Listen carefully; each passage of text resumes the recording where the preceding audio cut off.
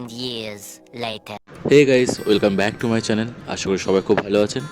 এখন বাজছে ঘড়িতে 4:45, আর আমি বাবার মা মিলে যাচ্ছি এখন এয়ারপোর্টের দিকে।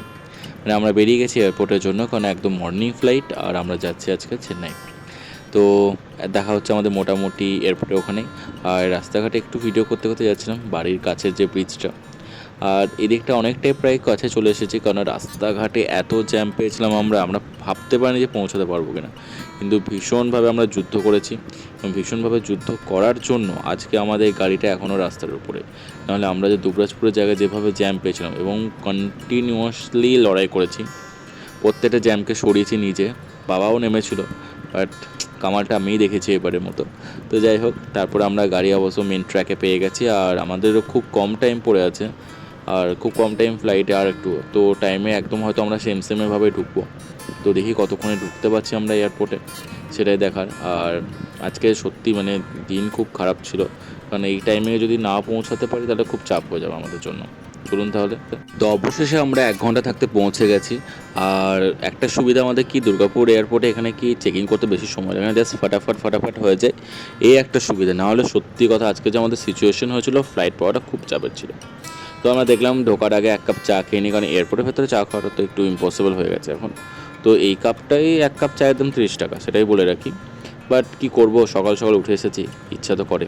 তো আমরা একটু চা একটু স্ন্যাক্স খেয়ে নেওয়ার পরে আমরা দেখলাম চেকিংটা করিনি, আর আমার চেকিং হয়েও গেল জাস্ট এসেই লাগেজ দিয়ে দিয়েছি, জাস্ট বসে আছে, এখনও প্রচুর টাইম আছে। আর এই সামনেই চেকিংটা করে নেবো। এখন বাজছে 8:05, আমাদের 8:50 হ্যাঁ আমাদের ফ্লাইট। তো আমরা এই জন্য একটু ফ্রেশ হয়ে নিই, ঠিক আছে। বাথরুমে এসে একটু জাস্ট চুল ঠিক করে নিলাম, আর এবার চেকিংয়ে করে নিয়ে আমরা জাস্ট ঢুকে গেছি। দেখতে পাচ্ছেন তো আজকে কিন্তু ভালোই ভিড় আছে। চলুন তাহলে, চলে এসেছে বাস আমাদের, আমরা বাসে করে যাব এবার ফ্লাইটের দিকে। আমি দেখাচ্ছি কতটা ডিস্টেন্স, এই দেখুন। এইটুকুর জন্য বাসে যাওয়াটা কোনো মানেই হয় না, জাস্ট বিলাসিতা। এই বিলাসিতা দেখানোর জন্যই বাসটা করা। তো যাই হোক, বাসে করে চলেই যায়, ওদের একটা রুলস অ্যান্ড রেগুলেশন থাকে, তো সেই প্রোটোকলটা ফলো করেই যাওয়া, এই যা। তো আমরা চলে এসেছি এয়ারপোর্টে একদম ফ্লাইটের কাছে। তো চলুন এবার চেপে যাওয়া যাক। এই হচ্ছে আমার টিকিট, আর এই হচ্ছে আমাদের ফ্লাইট। আমরা এখন চাপবো পেছন দিক দিয়ে, আর এখানেতে ইন্ডিগো ছাড়া অপশনটা একটু কমই থাকে। আর সত্যি কথা ইন্ডিগো ফ্লাইটটা ঠিকঠাকই। আমরা ভেতরে চলে এসেছি, আর 3 জন আছি বলে আমরা একটা উইন্ডো সিট পাবোই, এটা কনফার্ম ছিল। তো আমি আপাতত উইন্ডো সিটে বসেছি, মা বললাম একটু পরে বসবো। তো ফ্লাইট এখন টেক অফের জন্য প্রায় রেডি, আমাদের রানওয়েতে চলে এসেছে ফ্লাইট। আর এই জাস্ট উঠলো বলে 3, 2, 1, উঠে গেছে একদম, জাস্ট সেই লেভেলের ফিল। আমার কিন্তু পার্সোনালি ভালো লাগে। জানি না, অনেকে হয়তো ভয় করে, ল্যান্ডিংও ভয় করে, বা এই ফ্লাইট যখন টেক অফ করে তখনও ভয় করে, বাট আমার সত্যি করে ভালো লাগে। হয়তো হাইট ফোবিয়া নেই বলে হয়তো। তো আমার এই উইন্ডো সিটে থেকে এখানকার যে দৃশ্যগুলো দেখতে খুব ভালো লাগে। তো যাই হোক, আমরা প্রায় চেন্নাই পৌঁছে গেছি। এই হচ্ছে সি বিচ এবং সিটির যে ভিউ, মিডল পয়েন্ট, সেটা দেখা যাচ্ছে দেখুন। ওই দিকটা হচ্ছে সি ভিউ, আর এই দিকটা হচ্ছে সিটি। তো চলুন এবার বেরিয়ে ব্যাক কালেকশনের পালা। তো আমরা বেরিয়ে গেছি। সত্যি একটা কথা বলি কি, এখানকার টেম্পারেচার আমি যতটা এক্সপেক্ট করেছিলাম কি দাবদাহ হয়ে আমরা জ্বলে যেতে পারি চেন্নাইয়ের টেম্পারেচারে, কিন্তু এখানে কিন্তু তেমন নয়।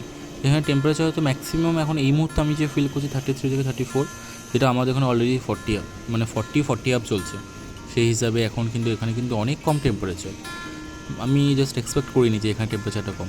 যাই হোক, আমরা সুস্থভাবে নেমে গেছি সবাই মিলে, বাবা এদিকে, মা আছে এদিকে, আর বাসে উঠে যাবো। এখান থেকে কিন্তু অনেকটা এয়ারপোর্ট, এই একটা জিনিস কি, এখান থেকে চেন্নাই হোক বা ব্যাঙ্গালোর, বাসে করে অনেকটা যেতে লাগে, অনেকটা যেতে হয়, তারপরে এয়ারপোর্টে আমরা ওখানে যাই।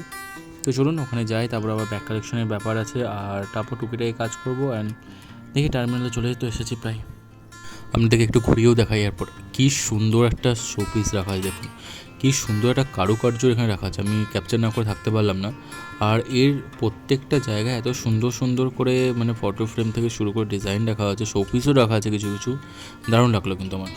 তো এগুলো বেশ সুন্দর করে করা, সাজানো আছে, মানে সাজানো গোছানো একটা এয়ারপোর্ট বলে না, চেন্নাই বা ব্যাঙ্গালোর কিন্তু সত্যি ভীষণ সাজানো গোছানো এয়ারপোর্ট, এবং ভীষণ গ্রিনারি, ভেতরে প্রচুর গাছপালা থাকে। ইচ্ছা করে তো 2-1টা টপ তো আমি চুরি করেই নিই, মাকে একটু ক্যাপচার করে নিলাম।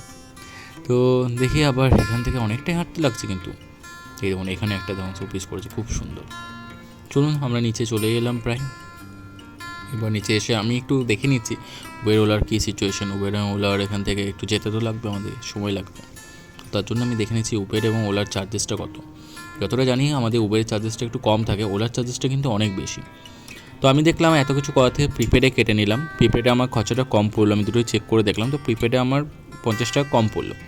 তো আমি দেখি প্রিপেডে কেটে নিই, তো একটু সেফটিও বেশি, তো প্রিপেডে কেটে নিলাম। ওই যে মেট্রো যাচ্ছে, বাহ অনেকদিন পর মেট্রো দেখলাম, হ্যাঁ সেই কলকাতায় দেখা। তো চলুন ব্লগটা আমরা বেশি বাড়াবো না, আমরা পৌঁছে গেছি, আর কিছুক্ষণের মধ্যে আমরা রুমে পৌঁছে যাব। ব্লগটাও আমরা এখানেই শেষ করব। ভালো লাগলে অবশ্যই একটা লাইক এবং শেয়ার করবেন এবং কমেন্ট করে জানাবেন। থ্যাংক ইউ সো মাচ, ভালো থাকুন সবাই।